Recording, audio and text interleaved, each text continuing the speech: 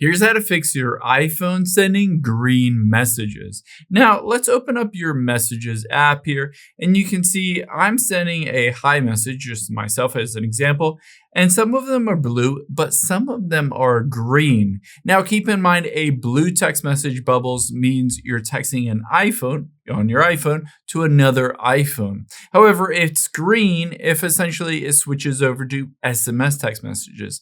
This is always the case if you're texting from your iPhone to someone else with an Android phone or basically not another iPhone. However, let's say you start to text to somebody and they have an iPhone, you have an iPhone, but it still shows up as green. The first thing that we're going to do is swipe down from the top right, toggle on airplane mode, wait a few seconds, and then toggle it back off. This will disconnect and reconnect to everything, all of your internet. Essentially, to send that blue text message bubble, it needs to go through the internet on your iPhone to someone else's iPhone. After you've done that, let's head into the settings app here. Let me go back to the beginning to show you how to do this. From the beginning of your settings, we'll scroll down, tap on the apps option at the bottom. Now, from here, we just need to scroll down until we get to the messages section. There it is, tap on messages, and the first thing we'll do is toggle iMessage off and then back on. This will reactivate your iMessage, essentially reinitiating it, and a lot of times fixes it. Another thing I would have you do is scroll down here and you can see send as text message when iMessage is unavailable. You can try toggling this off and then try to send those text messages after you've done that. So open it up and try to send those text messages.